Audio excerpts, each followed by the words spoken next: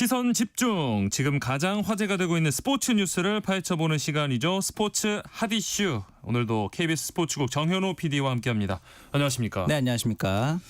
자, 한화 이글스의 에이스 코디 폰세 선수가 이번 주 프로야구에 엄청난 대기록을 써냈습니다. 네, 우선은 이 개막 후 15연승 기록을 네. 세웠는데요.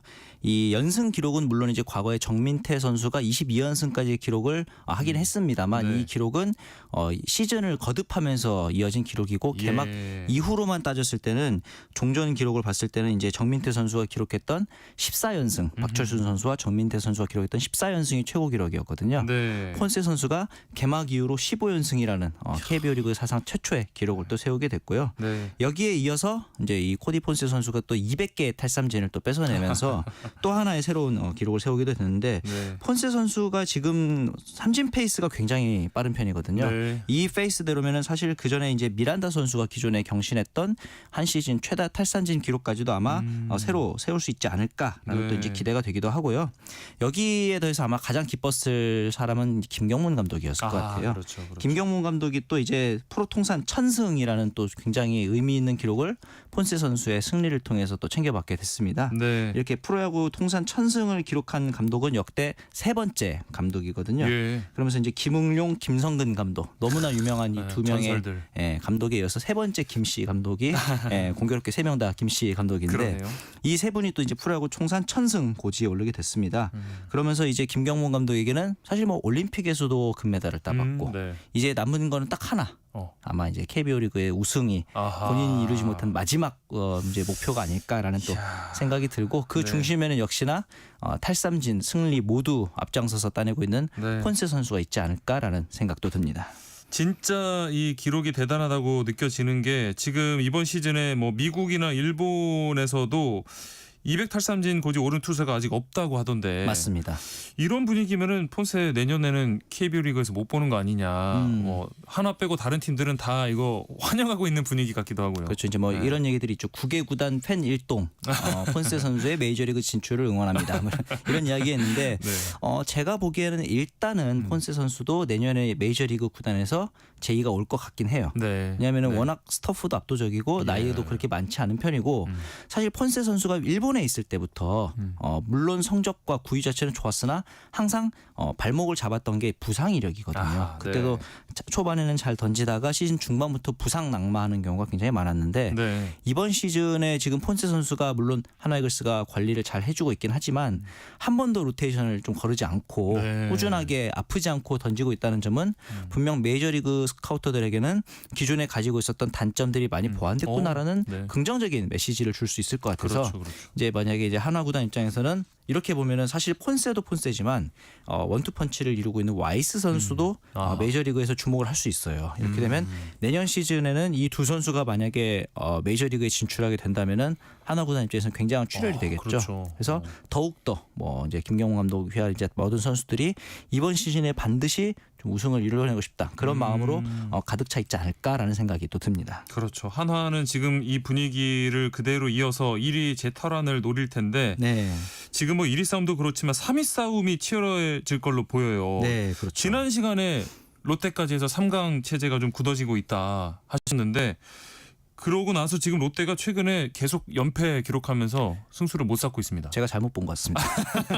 지금 이제 이 LG와 한화가 어떻게 네. 보면 양강 체제로 그러네요. 두 팀 다 6할 승률을 기록하면서 네. 2강 체제를 좀 구축한 모양이고 예. 롯데가 최근에 분위기가 너무 좋지 않거든요. 연패도 지금 5연패를 기록을 하고 있지만 결정적으로 득점력이 많이 떨어져 있는 모습이고 네.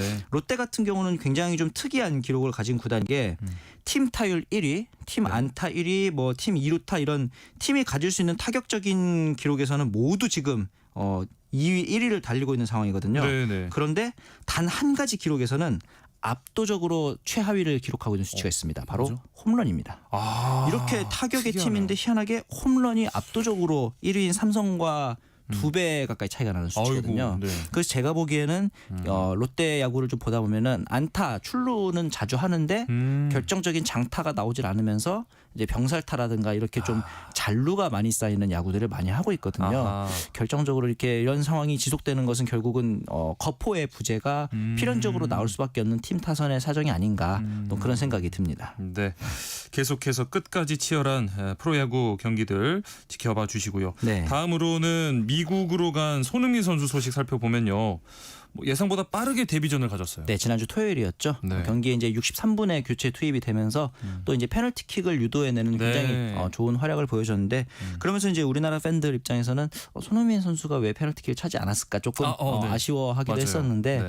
일단 LAFC 구단 자체에 정해진 페널티킥 키커가 있었고 손흥민 선수도 데뷔전에서는 이 구단의 전통을 존중해 주는 것도 의미가 있는 거고 네. 또 이제 득점을 기록한 선수랑 또 환하게 하이파이브를 하는 모습도 보면서 생각보다 빠르게 팀에 적응을 하고 있구나라는 생각이 듣기도 했거든요. 네, 네. 특히나 이 원정 경기였음에도 불구하고 환호를 받았다는 점은 손흥민 선수가 가지는 LAFC뿐만 아니라 MLS 리그 전체에서의 위상도 좀 네. 짐작할 수 있는 부분이고 이 선수가 손흥민 선수가 메이저리그에서 지정 선수입니다. 이 네. 지정 선수라는 거는 메이저리그 사커 규정에 보면은 그 연봉 셀러리 캡의 영향을 받지 않는 소위 말해서 팀 내에서 특별 대우를 받을 수 있는 선수라고 보시면 될 것 같은데 네. 그 정도로 좀 빅네임의 선수가 영입됐다는 점은 사실은 다른 팀 선수들이 경쟁자이기도 하지만은 이 메이저리그 사커를 이끌어 나가는 같은 동료의 입장에서 봤을 때도 흥행의 기폭제가 될 수 있기 때문에 이렇게 환대를 받는 게 아닌가라는 생각도 듭니다. 그래서 이 미국 메이저리그 사커 MLS가 네. 이 손흥민 효과를 아주 톡톡히 보고 있다 이런 얘기도 들리더라고요. 그렇죠. 뭐 당장 네. 이제 내년 시즌을 앞두고는 티켓 값을 올릴 계획도 아니야 가지고 있는 것으로 보이고 네. 유니폼 판매 벌써부터 이제 시작이 돼서 또 LA 구단이 가지고 있는 연고지 로스앤젤레스가 한인 교민들이 굉장히 많은 그렇죠. 도시잖아요. 그렇죠. 그렇다 보니까 이런 소위 말하는 팬 친화적인 마케팅을 통해서 부가적인 수입을 또 기대해 볼 수 있는 측면도 있을 것 같고 네. 여기에 더해서 이제 저희가 제 개인적으로는 이 MLS 리그에 대한 중계권 방송권 판매를 좀 저희가 기대를 하고 있는 상황인데 아직까지는 현재 방송권자인 애플 TV가 활발한 움직임을 보이고 있지 않아요. 그래서 네. 저희의 개인적인 생각으로는 애플 TV가 아직까지 우리나라에서 이 OTT 시장에서 좀 생소한 분들이 많을 거란 말이에요. 네. 아마 이 손흥민 선수의 영입으로 인한 효과를 기대하면서 구독자를 늘리려고 아마 재판매를 조금 기다리고 있는 게 아니냐 그런 생각도 들어서 방송국인 저희 입장에서는 조금 뭐랄까 애간장이 타고 있는 상황이긴 합니다만 네. 아마도 이 손흥민 선수 한 명이 가져올 수 있는 리그 그리고 더 나아가서 방송 시장에까지 미칠 영향이 생각보다 꽤 임팩트가 있구나라는 생각도 듭니다. 네, 그 이영표 해설위원이 또 손흥민 선수가 미국 리그랑 뭐 잘 맞을 것 같다, 또 대단한 활약을 할 것 같다 이렇게 말씀을 해주셨는데 맞아요. 앞으로의 활약을 또 기대해 보도록 하고요. 네. 이런 뭐 손흥민 선수를 앞세운 홍명보호가 10월에 브라질과 평가전을 치를 전망이네요. 네, 대한축구협회에서도 현재 구체적인 조건 등을 놓고 협상 중이다라고 이야기를 하면서 네. 보통 이렇게 발표해서 구체적인 조건을 논의하고 있다는 얘기는 기본적으로 경기를 가진다는 플랜 자체는 확정이 됐다라고 봐도 무방하거든요. 예. 이 날짜도 이제 브라질 매체에 따르면은 네. 오는 10월 10일에 서울에서 이제 우리나라와 경기를 하고 14일에는 일본으로 넘어가서 일본 대표팀과 경기를 예. 치를 예정이다라는 이야기도 나왔는데요. 아마 이제 공식 발표 전에 요즘에는 특히나 이 어떤 상업적인 계약에 대한 세부 조건들이 사전에 확정돼야 되는 부분들이 많다 보니까 네. 이런 부분들을 조율하는 과정에서 조금 시간이 걸리는 게 아닌가라는 생각이 들고 홍명보 감독 입장에서도 최근에 경기력을 두고도 약간 설왕설래가 있었던 상황이다 보니 네. 강팀과의 경기를 통해서 경기력을 좀 반전을 가져갈 수 있는 계기가 될 수도 있고 또 최근에 카타르 월드컵에서 우리나라 대표팀이 16강전에서 브라질 대표팀에게 나름 대패를 당했던 상황이기 때문에 네. 우리나라 대표팀 입장에서도 약간의 서력전을 할 수 있는 좋은 기회가 되지 않을까라는 생각도 듭니다. 네. 그런가 하면 지금 K리그에서는 네. 이 오심 논란이 끊이질 않으면서 맞아요. 뭐 현장에서 불만이 뭐 크게 달하고 있다 이런 얘기까지 들리던데 네. 이번에 어떤 문제가 있었던 거죠? 이번에 열렸던 경기 중에서 지난 10일이었습니다. 네. 광양 축구 전용구장에서 열렸던 K리그 2 경기였죠. 네. 전남 드래곤즈와 이제 천안의 경기였는데 당시 이제 전반 19분 상황이었습니다. 전남의 이 민준영 선수가 왼발 중거리 슛으로 선제골을 터뜨렸는데 네. 이 박정호 주심이 5분 굉장히 좀 긴 시간이거든요. VAR 치고는 네. 5분에 걸친 VAR 판독 결과 옵사이드를 선언을 했습니다. 오. 앞선 이제 정강민 선수가 옵사이드 위치였다라고 이제 판단을 한 건데 네. 당시 이제 중계 화면을 봤을 때는 정강민 선수가 옵사이드 위치에 있지 않은 것으로 오. 나타났거든요. 그렇다 네. 보니까 50 논란도 나왔고 전남이 이날 4대3으로 패했다 보니까 이 아. 취소된 득점 하나가 좀 굉장히 안타깝게 느껴졌을 것도 그러네요. 같아요. 그래서 이제 이후에 계속해서 이제 팬들도 그렇고 구단 측에서도 이 부분에 대한 이야기가 나오다 보니 협회 심판위원회에서 오심의 원인에 대해서 또 발표를 했습니다. 네. 이제 심판들이 매 경기 시작하기 전에 경기장 내에서 이 계측, 옵사이드 라인을 계측하는 캘리브레이션 작업을 하는데 네. 이 과정에서 어떤 기술적인 문제로 이 라인이 정확하게 그려지지 않은 것으로 보인다. 아하. 이런 이제 발표를 했다는 거죠. 그래서 네. 판독이 이렇게 5분 넘게 소요된 이유에 대해서도 옵사이드 카메라에 기술적인 문제가 있다 보니까 이게 반복해서 돌려보다 보니 시간이 오래 걸릴 수밖에 없었다. 예. 그런데 아무리 기술적인 문제가 있다고 해도 보이는 화면이 옵사이드 화면으로 보이면은 이거를 옵사이드로 판정을 해야 되는 상황이다 보니 네. 이렇게 번복이 된 것이다라고 또 설명을 하기도 했거든요. 네. 그러면서 이제 이전에 있었던 지난 9일이었죠. 네. 또 제주 SK와 울산 HD의 경기에서도 오심 논란이 있었습니다. 네. 그러면서 이제 이 당시의 득점에 대해서도 옵사이드 위치에서의 공에 대한 플레이가 있었기 때문에 이것을 득점으로 인정하는 것이 오심이 아니었느냐라는 또 항의가 있었는데 이 판단에 대해서는 루빅손 선수의 플레이가 제주 골키퍼를 방해하지도 않았고 네. 골 장면에서 이득도 없었기 때문에 정심이 맞다라는 판정도 있었는데 거의 뭐 다음 날 바로 일어난 일이었다 보니 이렇게 매 경기마다 오심 관련 논란이 계속해서 발생하고 있는 부분은 좀 기술적으로 한 단계 좀 나아지는 방법이 필요한 것으로 보입니다. 네. 자, 축구에 이어서 농구 소식도 살펴보겠습니다. 오랜 좀 침체기를 겪은 한국 남자 농구 대표팀이 네. 지금 이 황금 세대를 주축으로 해서 이번 아시안컵에서 달라진 모습을 보이고 있어요. 아, 그렇죠. 이 안준호 감독이 이끌고 있는 농구 대표팀이 이제 8강전에서 이제 중국을 상대할 예정인데 네. 이렇게 사실은 이 아시안컵에서 8강까지 올라가지 못할지 않겠느냐 좀 걱정 어린 시선들도 많았거든요. 네. 이제 좀 세대 교체를 앞두고 있는 상황이기도 했고 그랬는데 예선전이었죠. 이 레바논전이 진짜 압권이었던 것 같은데 3점 슛이 무려 22개가 나왔습니다. 와, 이 3점으로만. 22개가 3점이 나오면서 네. 사실 레바논 하면은 아시아 농구계에서 굉장히 강호거든요. 예. 그럼에도 불구하고 우리나라가 이렇게 압도적인 외곽 슛을 바탕으로 레바논을 격침했고 레바논이 심지어 8강전에서 일본을 꺾었기 때문에 네. 우리나라의 어떤 그런 요행이 아니었다. 실력이었다는 점을 증명한 것 같고 네. 한편으로는 우리나라 농구계가 세계권의 무대에서 어떤 스타일의 농구를 해야 되는지에 대한 아하. 청사진을 제시하지도 아하. 않았나. 좀 그런 점에서도 긍정적인 결과였다고 보고 근데 이제 남은 것은 중국전이기 때문에 이 부분에 대한 또 이제 걱정도 현재 나오고 있는 상황입니다. 만리장성 중국전이 오늘 열리는 거죠? 네, 그러면서 이제 오늘 경기에서 과연 어떻게 될지 좀 팬들이 관심이 많은데 네.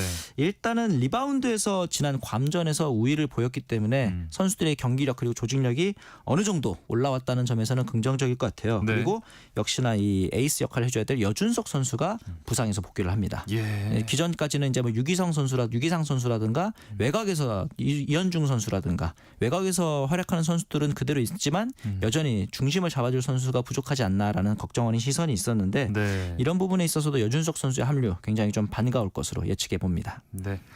자, 그리고 지금 경남 진주에서는 이 세계 정상급 여자 배구 팀들이 맞붙는 네, 코리아 인비테이셔널 진주 국제 여자 배구 대회 열리고 있는데 네, 현장에서는 결과보다도 지금 대회 의미에 더 집중하는 것 같아요. 그렇죠. 이 지난 VNL 발리볼 네이션스 리그에서 우리나라가 1승에 그치면서 결국 탈락을 하는 좀 안타까운 상황이 있었거든요. 네. 최근 뭐 이제 런던 그 도쿄올림픽 이후로 우리나라 여자 배구, 남자 배구도 마찬가지로 국제 경쟁력에서 굉장히 좀 아쉬운 모습이 많았다 보니까 네. 세계 유수권 팀들과의 경기 자체가 쉽지 않은 상황이에요. 예. 이런 상황에서 VNL 탈락이라는 것은 그 강팀들을 만날 기회가 더 줄어든다는 의미가 되거든요. 네.